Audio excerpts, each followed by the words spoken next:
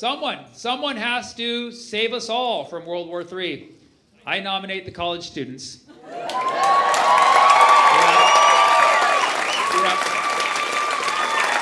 Yeah. I was having a conversation with an old classmate from high school because I forgot to make myself not searchable on Facebook. And he was like, Sammy, what do you think about these college protesters? I said, I think they're doing the right thing. They're standing up against genocide. They're standing up against war. Sure, there might be an occasional straggler who's not related to the movement. And just like usual, the media will hyper-focus on them. But the overwhelming, vast majority of these students, they are using their First Amendment right to protest for a good cause. Yes. And I find that quite refreshing. It's a breath of fresh air. He's like, well, it's illegal. I'm like, then it's a line of cocaine. The most potent comes from Colombia. He's like, well, they're trespassing. I'm like, dude, if I pay $60K in tuition, I can sit in whatever bush I want. Do you understand me? If they are trespassing, then give them their money back. Like, what did you think was going to happen? For years, you told these kids they had no future job. You told them they were useless, that they were addicted to social media, that they were going to end up being homeless. Well, now guess what? Living in tents in front of Harvard. That's what you get. You get what you wish for, okay? And this guy's like, well, they're just a bunch of woke kids using hate speech. I'm like, which one is it? All right? You can't be anti-woke and anti-free speech. That's like saying, I'm a morning person who hates breakfast. Like, no, that's your thing. Don't. He's like, well, they're anti-Semitic. I'm like, dude, these protests are mostly being organized by Arab and Jewish students. That's the most Semitic thing you've ever seen in your existence. Arabs are Semitic too. Did you know that? Didn't go to college? Got it. Okay.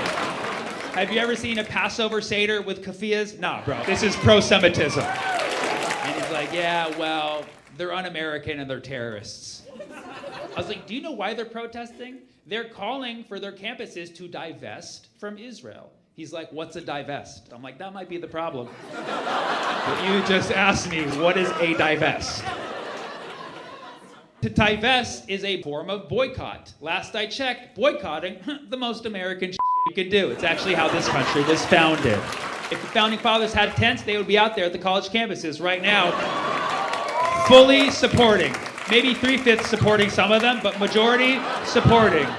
Yes, and they're not terrorists. They're not blowing themselves up with vests filled with explosives, which would be another form of divest. This is America, and these institutions, whether public or private, do have the right to support Israel. But then why are they going to be mad when other people are trying to settle on their land? Are you against settling or are you for it, colleges? Make up your minds. But, of course, Biden had a solution for all this. Biden was like, we need to calm these protests down. I'm going to ban TikTok. Like, wow, you just sparked the whole revolution. Good job, Joe. And then the colleges are like, all right, guys, if you're not going to behave, fine. All your classes will be on Zoom. And they're like, yeah, dude, we won! Yeah, they say the revolution will not be televised, but it will be on Zoom, apparently. Little Gazas are disgusting cesspools of anti-Semitic hate, full of pro-Hamas sympathizers, fanatics, and freaks. Hell no, to the no, no, no, hell to the no. College students are out there protesting. The government and media are talking so much smack about the college protesters. Calling the encampments Little Gazas. Little Gazas. Which is like a great restaurant name, for sure. That's, I'm definitely going to open up a Little Gaza. People are straight up calling them Hamas. It's like, bro, did you know in 1968, Columbia University students took one of their deans hostage? That's a Hamas right there, right? These kids are doing light work, bro. And they're saying things like, oh, they're making students unsafe. Like, yeah, from the police that you called on them. You're worried about child safety, and then you call out the police to beat the out of your students? Yeah, your priorities are really in order. Just recently, the UCLA encampment was attacked. A mob of counter-protesters came in the middle of the night. They launched firecrackers, and they just started pulling down the barrier of the encampment. They started pulling kids out and literally assaulting them. To me, it was like, once this video circulates, it's going to be very, very clear. These kids are very peaceful, and they're literally getting attacked by outsiders. But there's people actually defending those aggressors. saying, no, they're defending themselves because these students are occupying the campus. And I'm like, so you're saying that they have the right to resist? Congratulations, you are Hamas. Welcome to Little Gaza. Come for the joke, stay for the flatbread. I will support. Oh, hey, come to the student campus, please. I love that. It's so sweet. And it shows, can you raise it one more time? Everybody look at this. It shows not only the urgency of me needing to come there, but also the urgency of these kids needing to, like, more grammar classes, you know? Because it just shows, man, they need us. They need us right now. Amazing, thank you so much. Very sweet. The free speech censorship on Palestine is ridiculous, bro. You can't even say from the river to the sea.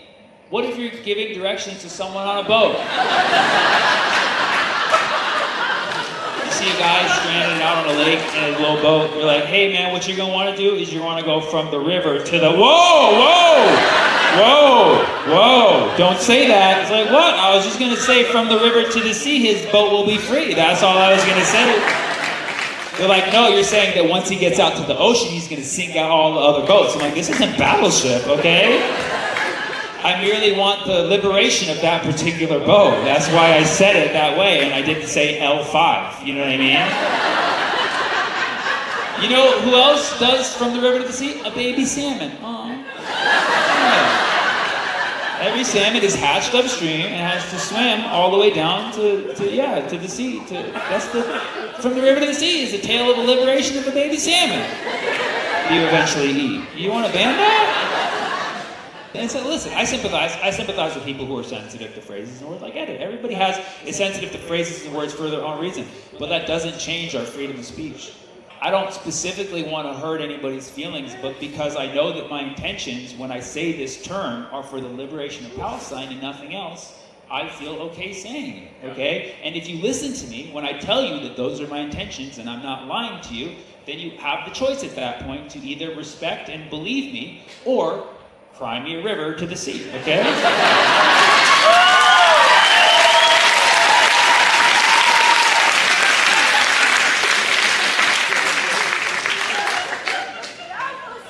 You're doing so good. You're so good. I like to be empathetic with people, but like trying to ban words like intifada. It's like, listen, I understand the history of the intifada. There was a lot of violence. I get that. I get why you might be triggered by the term intifada, but it's literally a word in Arabic. You can't just ban a random word in Arabic. Intifada is a word in Arabic that means uprising, or it can mean to just shake it off. It's basically a Taylor Swift song.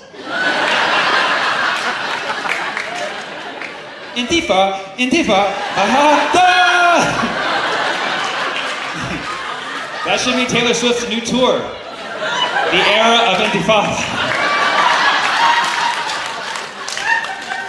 Right to be offended or to be scared and be hurt by free speech. It doesn't change the nature that it is still free speech. And you would think that we would understand that in this country where we have the First Amendment and it allows us to do things like make up songs like America, America, the land of freedom of speech. Where as long as your intentions are good, you should be able to say whatever the fuck on from the river to the mother sea.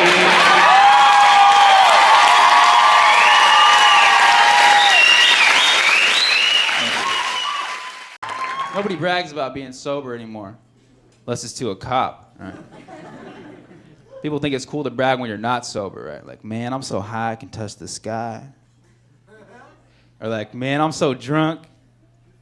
Yeah. No one's ever like, man, I'm so sober I can pay my bills to control my bladder. This is awesome, right? Nobody wants to party with that guy. And it's funny because drinking gives you this ambition to make big, detailed plans with your best friends for the next day. that you don't feel like doing when you wake up hungover the next morning. Drunk plans, you guys are guilty. I know what you're talking about. If you make drunk plans tonight, make them with someone else who's drunk. Because they'll wake up tomorrow, same boat as you. You call them at 3, dude, we made plans to go rollerblading. Dude, it's okay, we were drunk. Make plans with a sober person, you wake up to 5 voicemails. Hey dude, it's 9 a.m. I'm at the dock. You said you want to go canoeing? Dressed as Ninja Turtles. Everybody's looking at me, bro. I made the sandwiches you wanted. You said you wanted egg salad. That's disgusting, but you told me it's ninja food, so I made them, bro. I mean, give me a call back, dude. I mean, Leonardo, late. That's what we called each other last night. Okay, Donald Hill, out. Bye. I've done the research. There's something holding this country back, and in 2036, I will abolish completely Mondays from the work week. We don't need them. More people break up on Mondays. More people kill themselves. We're losing our Americans to Mondays, okay? So we're gonna jump straight from Sunday Funday to Taco Tuesday. That's how it's gotta be. And we'll have your Hump Day, your Thirsty Thursday. These will be the official names, you know?